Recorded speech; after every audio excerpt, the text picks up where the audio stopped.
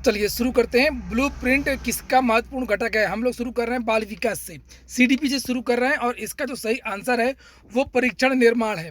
दूसरा जो क्वेश्चन है कि विकास की पूर्व संक्रिया अवस्था निम्न में से किसने दिया था? तो इसका सही आंसर पियाजे है, तीसरा विकल्प सही है।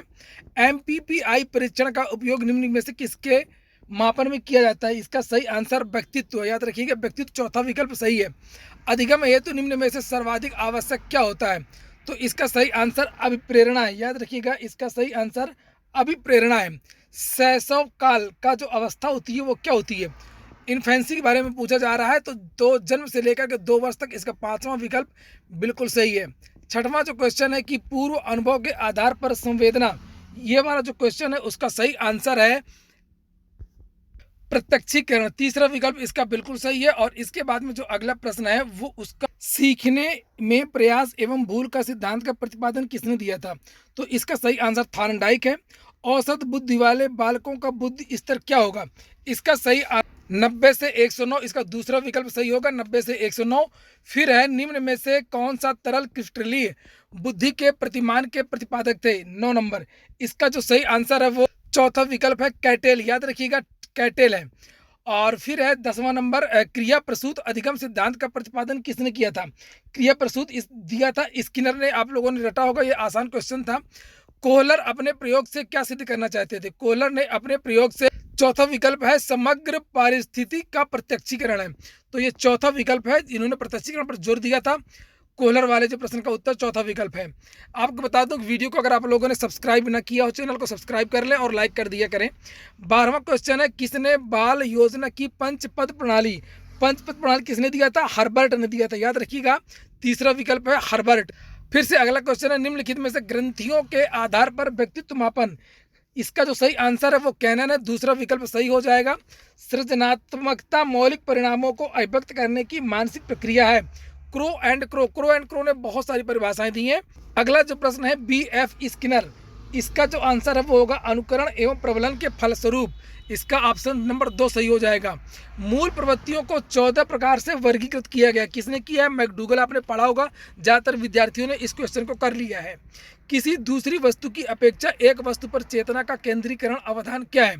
इसका जो सही आंसर है वो है डम्बल, याद रखिएगा इसका जो ऑप्शन है वो चौथा ऑप्शन बिल्कुल सही है, डम्बल का है। निम्नलिखित में से सुजनन शास्त्र के पिता से जुड़ा हुआ है, तो सुजनन शास्त्र के पिता का आंसर जो है वो गाल्टन, तीसरा विकल्प बिल्कुल सही हो जाएगा। अगला जो प्रश्न है कि 12 से लेकर के 16 वर्ष के बालकों हेतु हिंदी में डॉक्टर S जलोटा कौन सा परीक्षण प्रतिपादित किया गया है? तो इसका सही आंसर है वो साधारण मानसिक योग्यता परीक्षण, याद रखिएगा साधारण मानसिक योग्यता परीक्षण, ऑप्शन नंबर 3। इसके बाद में है बुद्धि के द्वितारक सिद्धांत किसने दिया था? स्पीयरमैन ने दिया। इसके बाद में फिर अगला जो क्वेश्चन है कि कोहलर किससे संबंधित है? तो कोहलर ने अधिगम के सिद्धांत दिया था, याद रखिएगा पहला विकल्प बिल्कुल सही है। मैकडूगल, 2 बार पूछा गया मूल प्रवृत्तियों को क्वेश्चन, जो 2 बार रिपीट किया गया है। मैकडूगल के अनुसार मूल प्रवृत्तियों की संख्या होती है, इसका सही आंसर 14 है। मानसिक उद्वेलन प्रतिमान का प्रयोग, इसका जो सही आंसर है वो समस्या समाधान, पहला विकल्प जो दिख रहा है आपको वो बिल्कुल सही है। निम्न में से किसके प्रयोग में कुत्ता एक विषय था? तो पावलाव लार। इसका जो 24वां क्वेश्चन है इसका ऑप्शन नंबर 3 बिल्कुल सही हो जाएगा। मौलिकता, नमनीयता तथा प्रवाह निम्न में से किसके घटक हैं? 25वां क्वेश्चन, ये सृजनात्मकता के घटक है, क्रिएटिविटी, उसमें मौलिकता भी चाहिए, नमनीयता भी चाहिए, प्रभाव भी चाहिए। आप लोगों ने भी वीडियो को लाइक नहीं किया होगा, वीडियो को लाइक अवश्य कर दें। युयुत्सा है, युयुत्सा क्या है? 26वां क्वेश्चन, ये मूल प्रवृत्ति, याद रखिएगा चौथा विकल्प इसका सही होगा, मूल प्रवृत्ति। बालकों के सामाजिक विकास को प्रभावित करने वाले कौन कौन से तत्व हैं? 27वां क्वेश्चन है सामाजिक परिवेश जन्य तत्व, ऑप्शन नंबर 3 बिल्कुल सही हो जाएगा। 28वें क्वेश्चन को भी देख लीजिए, शारीरिक विकास का एक प्रमुख नियम, इसका जो ऑप्शन है वो होगा द्रुतगामी विकास का नियम होता है, शरीर में अचानक से परिवर्तन होते हैं, यानी कि ऑप्शन नंबर 2 सही हो जाएगा। अगला क्वेश्चन है कि निम्नलिखित में से कौन सा विकास का सिद्धांत नहीं है? 29वां क्वेश्चन है, विकास का सिद्धांत पूछा गया है, अनुकूलित प्रत्यावर्तन सिद्धांत, ऑप्शन नंबर 4, चौथा विकल्प सही होगा, अनुकूलित प्रत्यावर्तन सिद्धांत। 30वां क्वेश्चन को भी देख लीजिए, विकास के परिणाम स्वरूप नवीन विशेषताएं और नवीन योग्यताएं प्रकट होती हैं, 30 नंबर।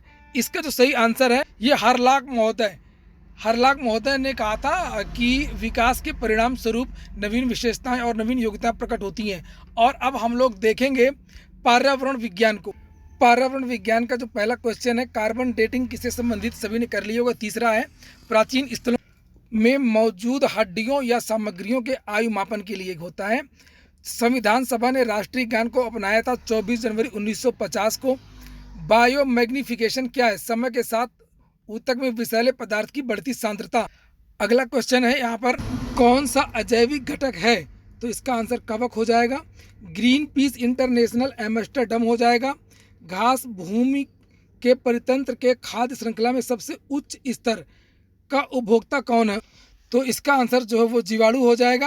इसके बाद में अगला आपका है वायुमंडल का प्रमुख स्तर जो पृथ्वी के सबसे पास है। तो ये सबसे पास में क्षोभ मंडल होता है, याद रखिएगा। क्षोभ मंडल के बाद में फिर आएगा आपका समताप मंडल, मध्य मंडल, और सबसे ऊपर जो होता है वो आयन मंडल होता है। और भारतीय संसद द्वारा जैव विविधता अधिनियम कब पारित किया गया था, तो जैव विविधता अधिनियम 11 दिसंबर 2002, याद रखिएगा, ये है 11 दिसंबर 2002। इसके बाद में कृषि करने की पर्यावरण संरक्षण सहायक होती है, तो ये सीधी सी बात है, जैविक खेती ही होगा। अम्लीय वर्षा, H2SO4, हाइड्रोक्लोरिक एसिड।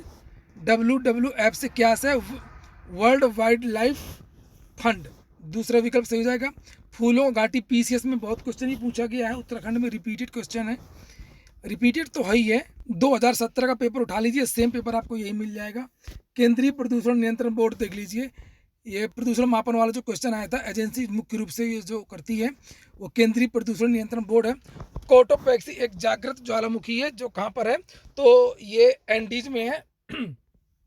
दक्षिण अमेरिका की जो पश्चिमी एरिया है वो एंडीज पर्वत श्रृंखला श्रेणी है, विश्व की सबसे लंबी पर्वत श्रृंखला श्रेणी है, और उसमें बहुत सारे ज्वालामुखी पर्वत हैं, एकांकागुआ, कोटोपैक्सी, बहुत सारे। तो ये दो विकल्प सही हो जाएगा। सांगपो सबको पता है कि तिब्बत की सांगपो ब्रह्मपुत्रा है। आर्सेनिक वाला का जो आंसर है वो पश्चिम बंगाल हो जाएगा।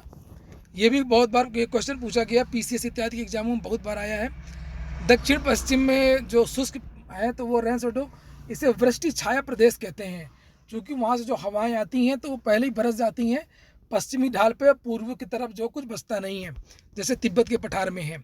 इसके बाद में वन्य जीव सुरक्षा अधिनियम पारित किया गया, तो इसका आंसर 1972 है, याद रखिएगा। और वायुमंडल की सब जो ये आया है, एक ऊपरी सीमा पर प्रति इकाई क्षेत्र में प्राप्त होने वाला सौर विकिरण क्या कहलाता है, तो ये सूर्यातप है, चौथा विकल्प सही हो जाएगा।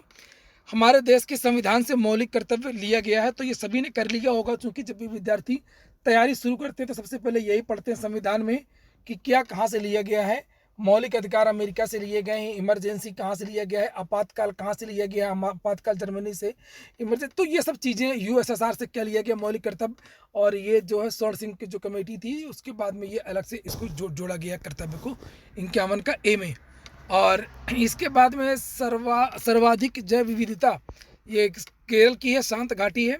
LPG में क्या असत्य है, मीथेन उत्सर्जन करने वाला, तो मीथेन उत्सर्जन नहीं होता, अगर उत्सर्जित करता तो सरकार इस पर रोक लगा देती है और ग्लोबल वार्मिंग हो जाता, लोग घरों में बैठ भी नहीं पाते।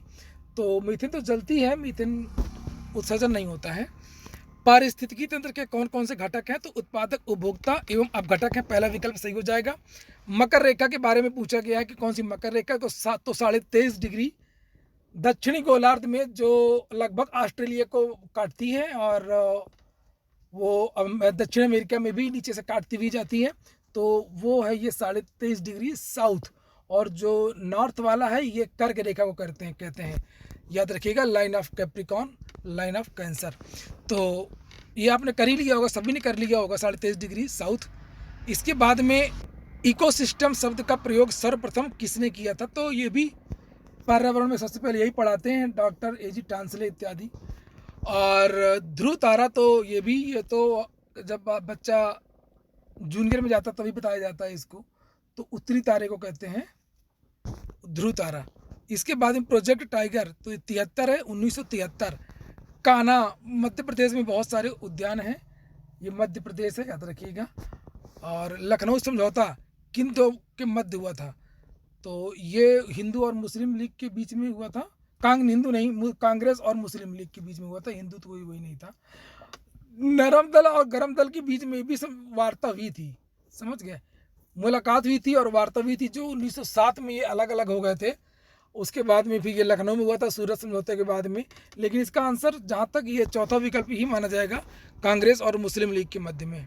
जंगली गधाओं का ये कच्छ में है बहुत बड़ा एक अभ्यारण्य, भारत में एक ही है, तो जंगली गधाओं का अभ्यारण्य ये गुजरात में है। तो ये हो गया आपका पर्यावरण और इन्वायरमेंट, और शेष विषयों का मैं अलग से वीडियो बनाऊंगा, नहीं तो बहुत लंबा वीडियो हो जाएगा। चैनल को सब्सक्राइब ना किया, सब्सक्राइब कर लें। पूरा वीडियो सुनने के लिए बहुत बहुत धन्यवाद।